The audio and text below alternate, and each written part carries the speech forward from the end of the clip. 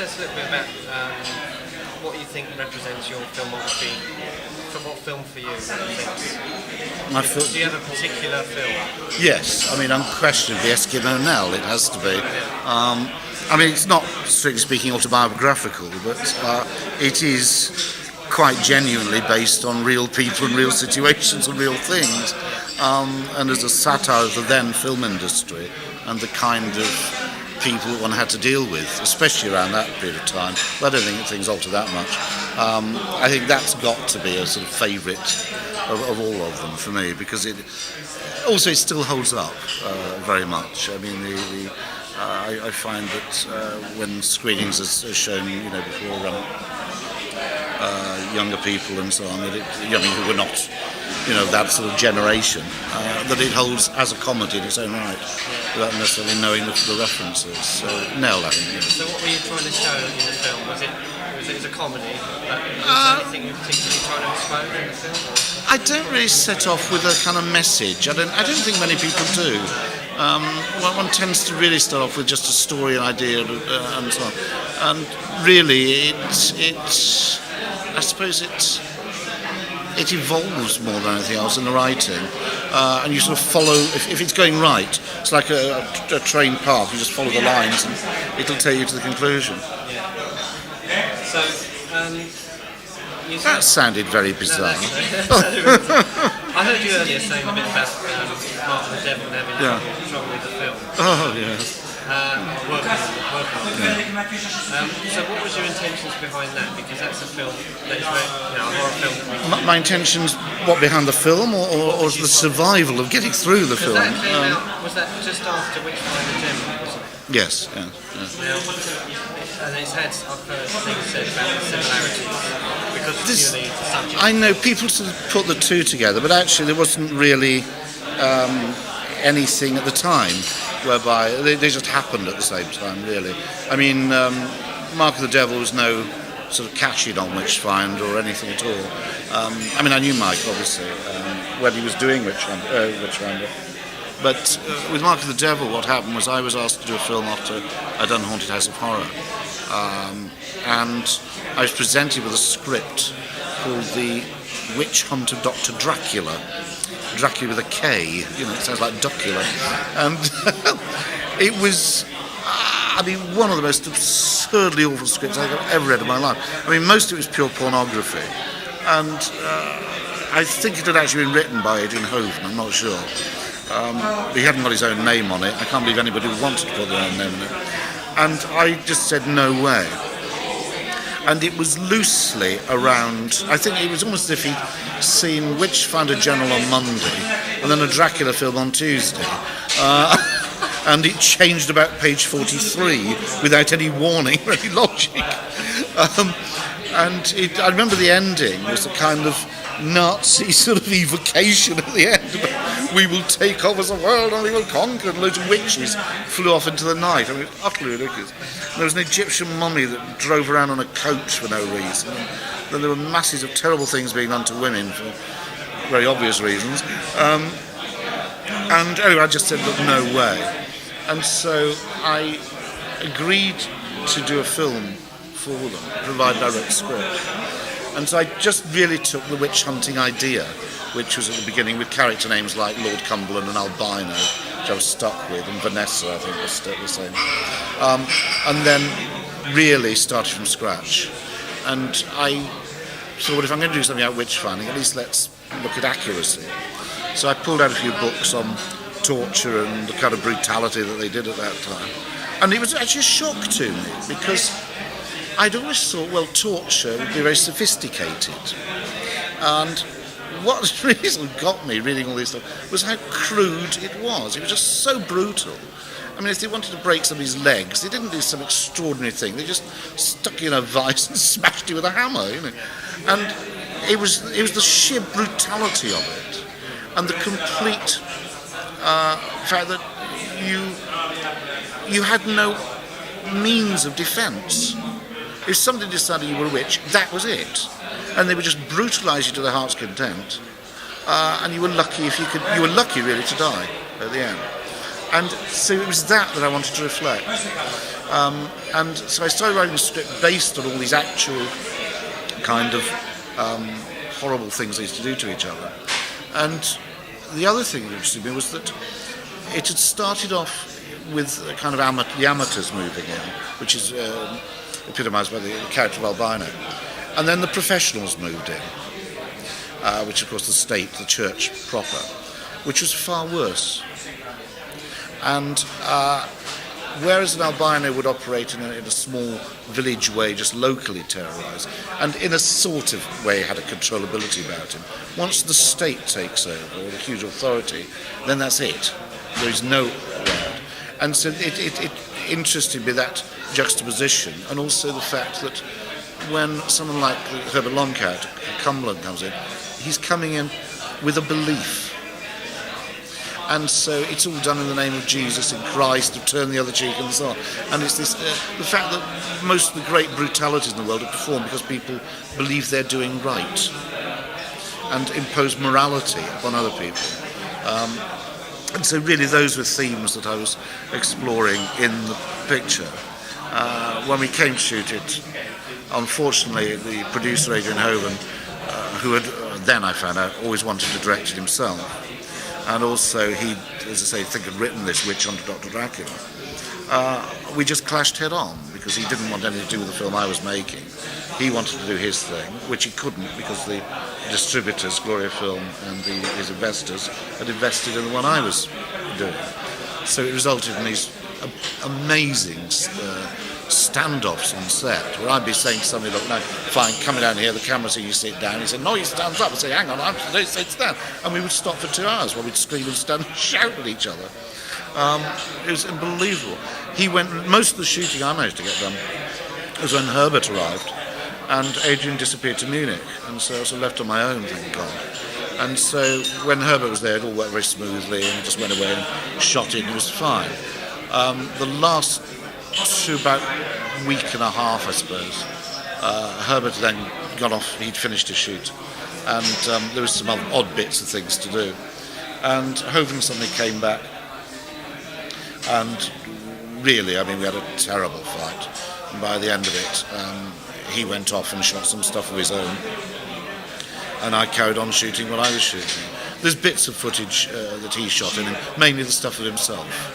I didn't really have anything to do with what he shot, where he appears in it.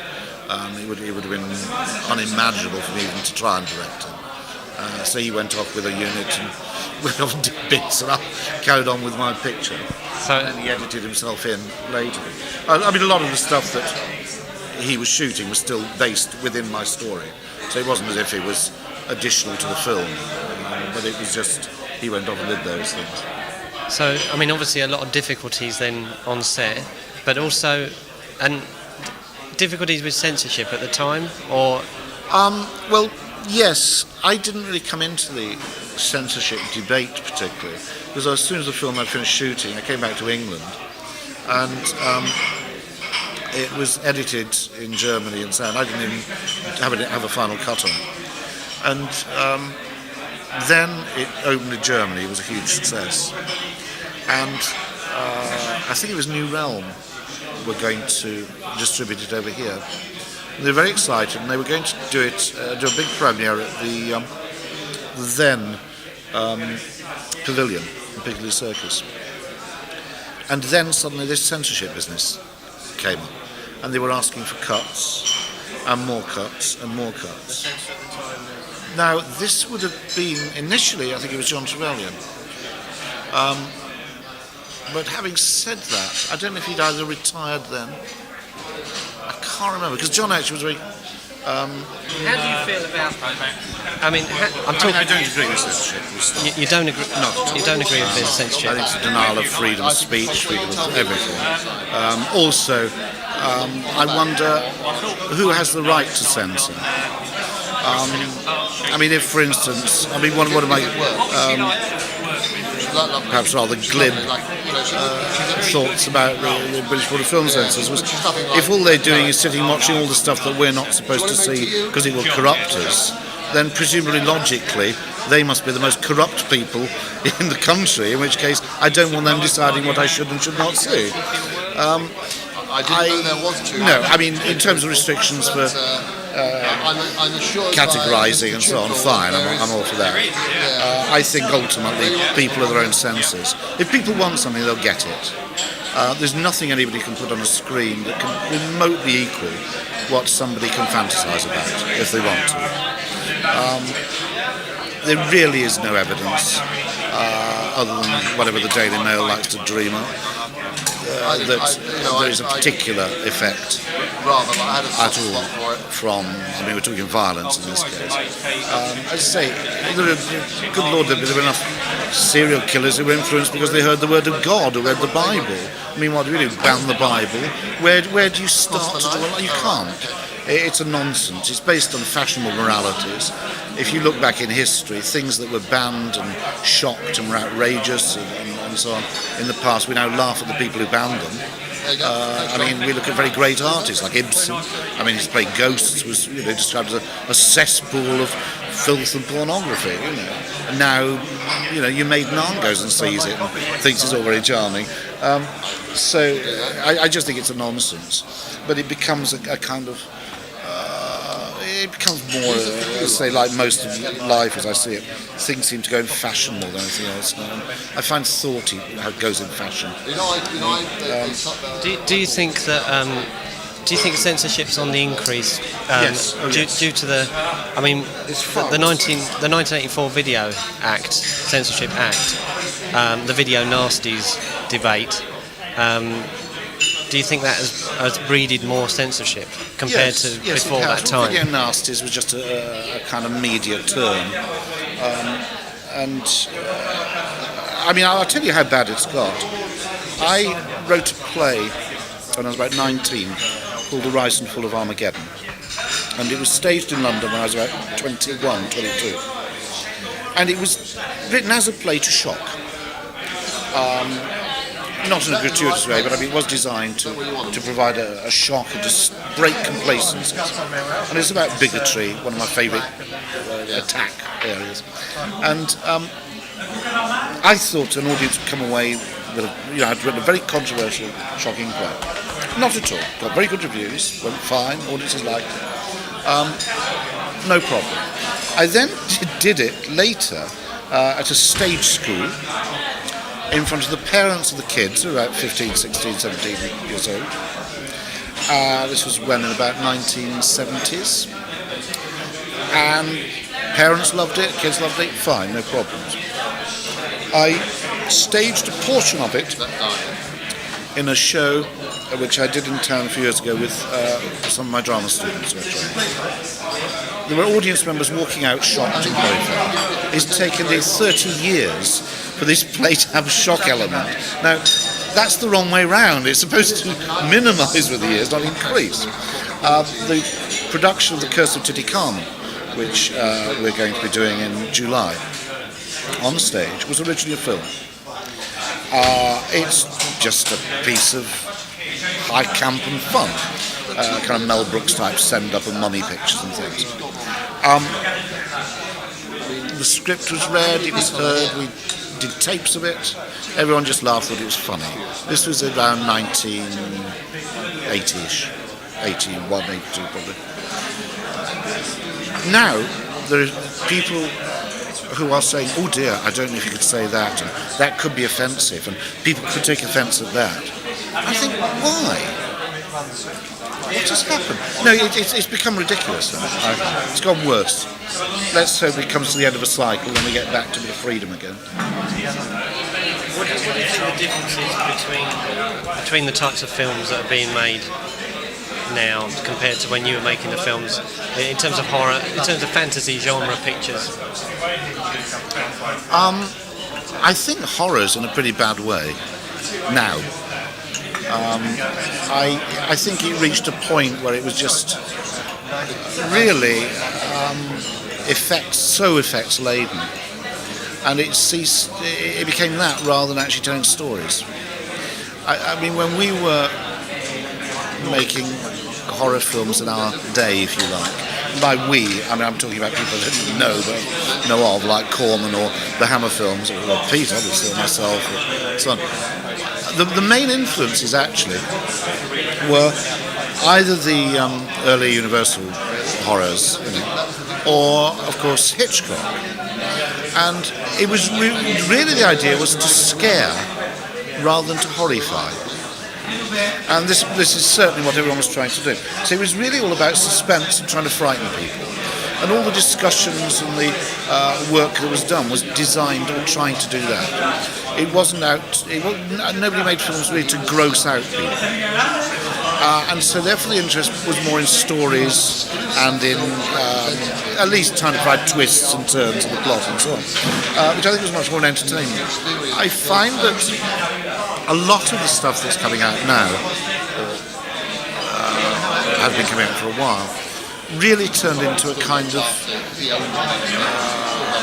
gore fest, or what I call liquid fest, really, because it was everything dissolved. It was always very gooey and liquidy. Looks like it should be served at a kid's party and put in the fridge to freeze a little. And there was really no plot, and there was nothing worse. There was nothing else ever. It was really scary. I mean, one of the last films I just takes you back a lot. I can actually say was scary. Was the original Night of the Living Dead. 68. Now, since then, Jaws scared me. But outside of that, I really haven't seen anything where I can say I was on the edge of my seat thinking, which Hitchcock's managed to do, and in the old days, that Hammer didn't really so much. What about the film Seven?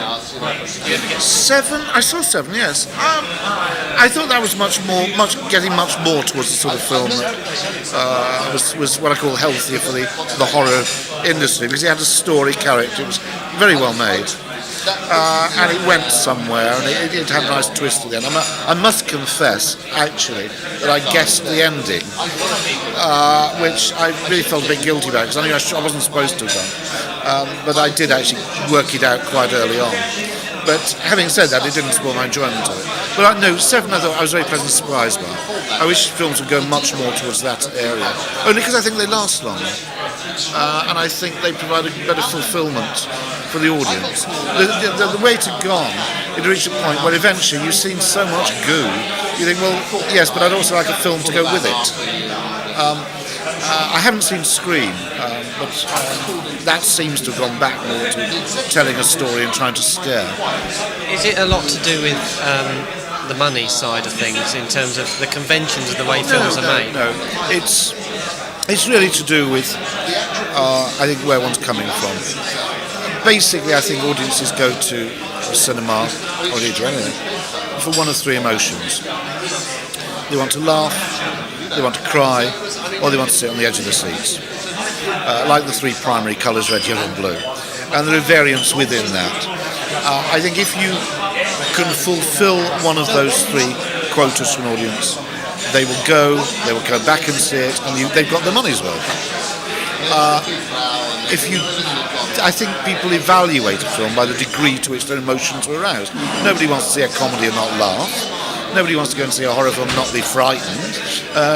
Nobody wants to go and see Brief Encounter of Titanic and not have a good weep. And that it's about emotion.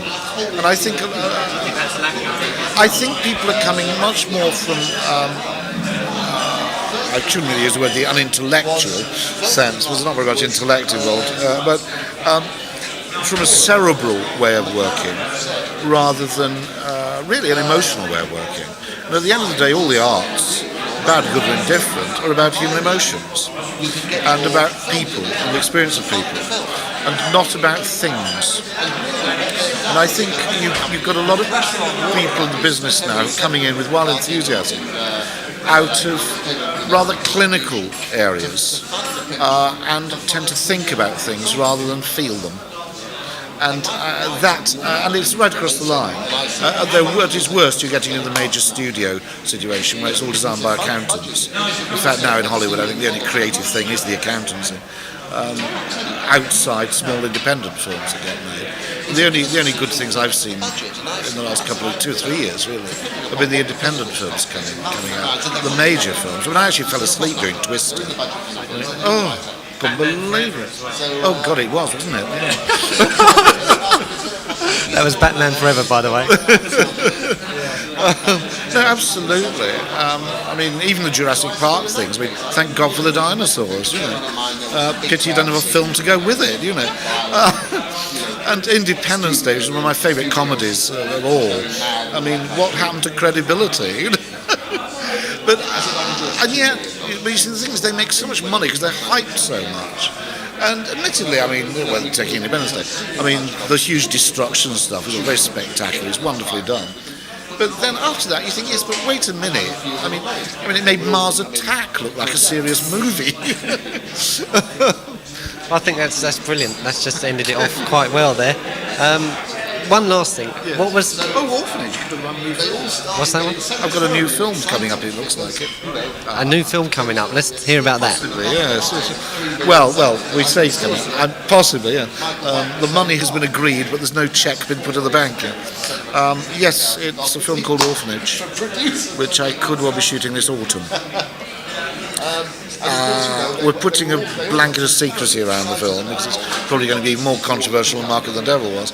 But it's a film I wanted to make for a very long time, and a lot of companies I wanted to make, and all wanted to make alterations or changes, and I said no. And I always swore the film would either be made exactly as I want to make it, or never be made. So at least there'll be no instance of fights on set with this one, because I'm writing it, directing it, and my own production company's producing it. So is this going to be... I can be blamed for the mistakes myself. Is this going to be similar theme to Mark of the Devil? Is it going to run into censorship? It may.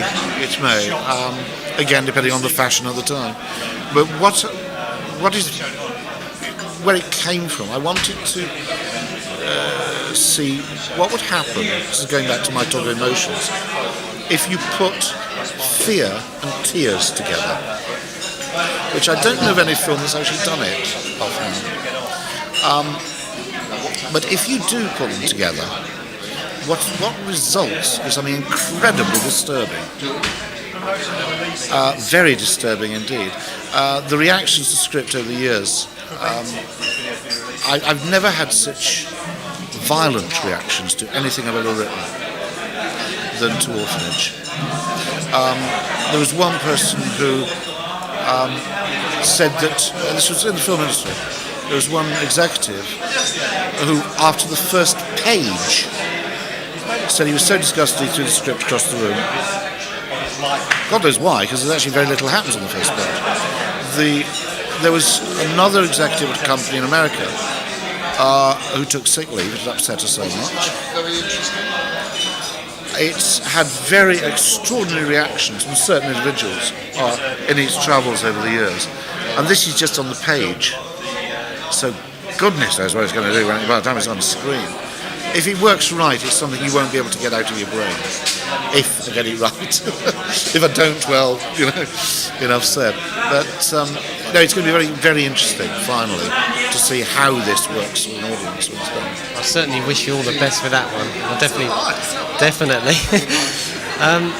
One last thing I wanted to ask. What was it like to work with Reginaldo?